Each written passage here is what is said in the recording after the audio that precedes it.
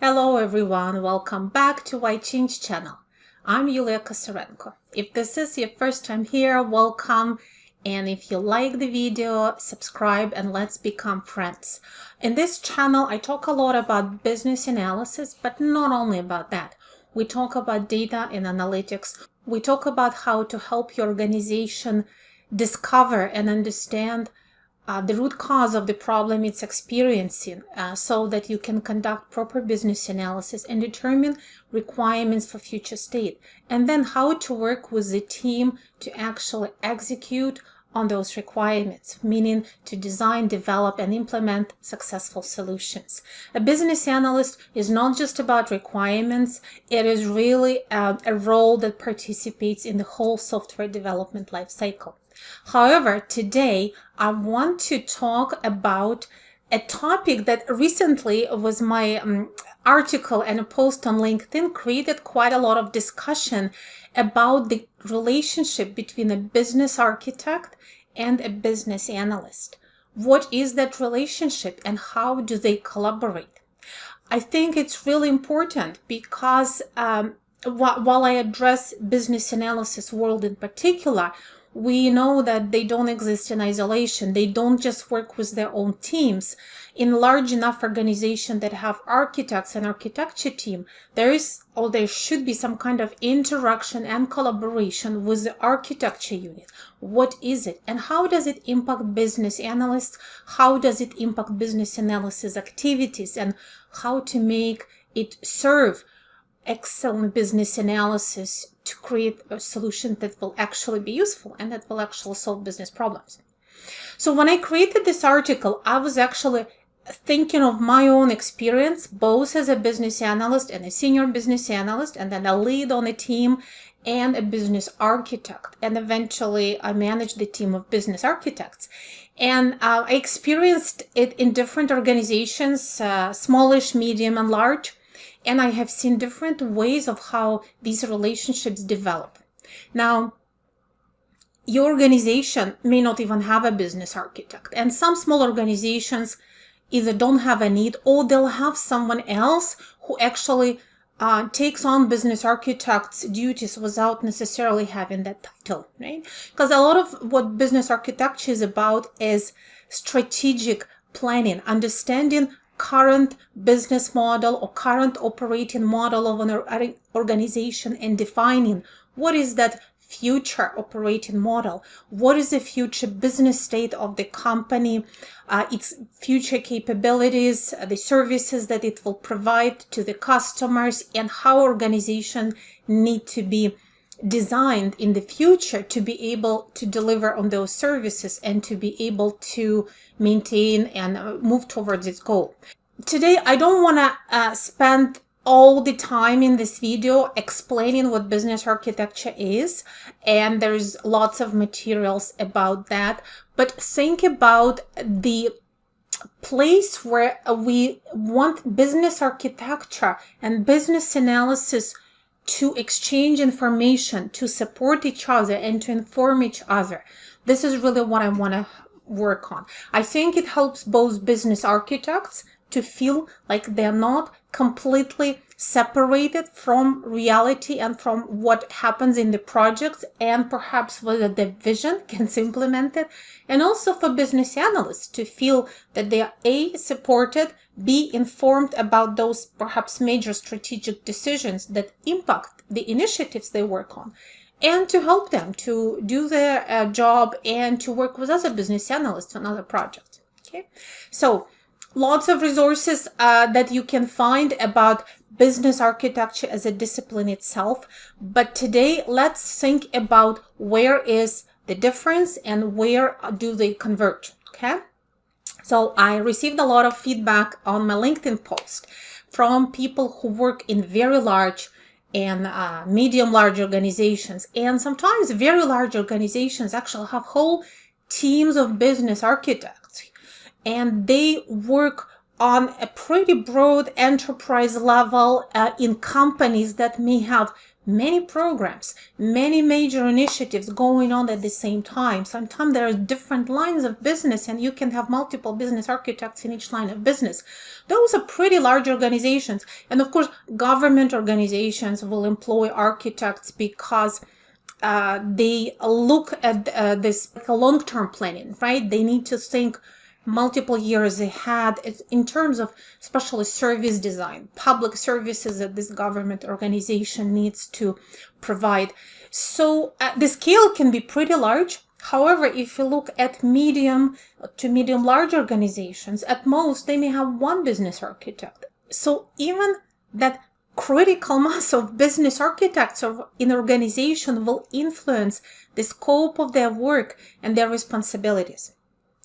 Now, I think that from my own experience as a business architect or as a business analyst, the most important part is that the strategy that's defined at a high level, at an enterprise level, perhaps by business architects in collaboration with executive officers, etc., that strategy actually makes its way all the way to the level at which projects are happening. What happens sometimes is strategies too high up. There's somewhere in the clouds, and that information doesn't necessarily properly trickle down, or it trickles down in little bits and pieces.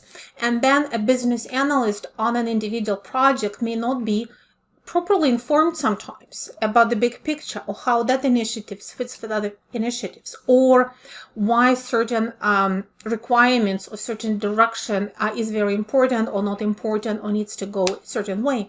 So that lack of communication between strategic level and project level may cause incorrect requirements, misdirection of the project. And again, it makes the life of a business analyst harder instead of supporting them by sharing that information more broadly. So one of the things that business architects or business analysts, I'm going to use this word of, that sharing strategic justification for projects and sharing the big picture view with projects and with business analysts and of course other team members on those projects.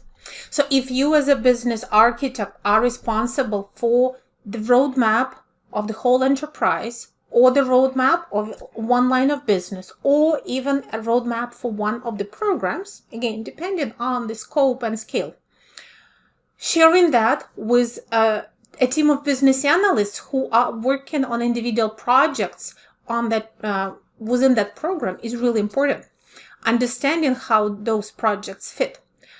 As a BA, I've encountered many situations where we would discover, sometimes a little bit late, that we have duplication of functionality delivered by more than one project or by more than one system because of inability to do the impact analysis or not knowing what's happening in the other project. Of course, business analysts always are encouraged to meet and have huddles so that they know what each person is working on, but sometimes it's not that easy to do, especially in big organizations. So having that communication and dissemination of strategic level information to individual analysts is important. Understanding the roles in organization and different roles of different departments and how they participate and support these different functions that perhaps will be changed by projects. Again, this is where a business architect and their modeling and their documentation can help business analysts to learn about those functions of departments and the roles and what are the different processes involved. And that helps them to define the scope for their analysis. So I think it's that sharing of business architecture models, business architecture artifacts with business analysts and explaining how that impacts their individual projects. That is that part of collaboration that doesn't sometimes happen and that really can, without too much expense, make projects more successful. One of the things that I felt through those various LinkedIn comments that I received was that there's a little bit of that feeling of separation of architecture. Like the role of architect is very different and very separate. And while we do want to have some distinction between the roles, for sure, but having architecture teams and having architects in such a high stratosphere that the information about what they're doing does not come down is not very helpful.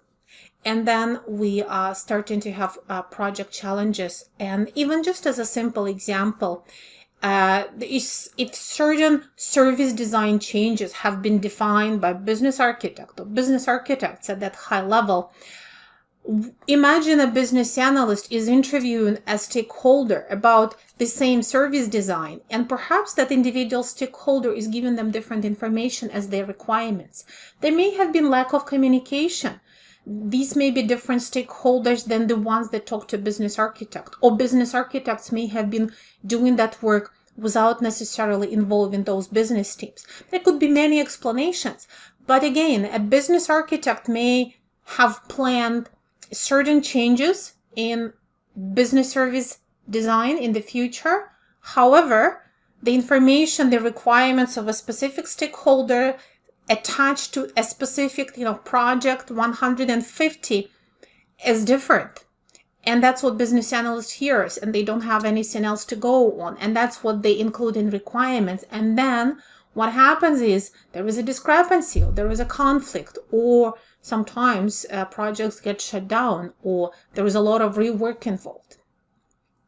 So while business analysts help to create communication on their projects and create shared understanding of requirements among all stakeholders, we also need to get the business architects and business architecture layer to share the strategy, to share the future vision, to share that future target operating model design with programs and projects and their business analysts, so that you actually create that cascade down from strategy to execution. So in my article, and I'll link the article below, I listed some suggested ways of interacting and collaboration between architects and analysts. For example, if a business architect creates a business capability model, those capabilities need to be supported by certain business processes.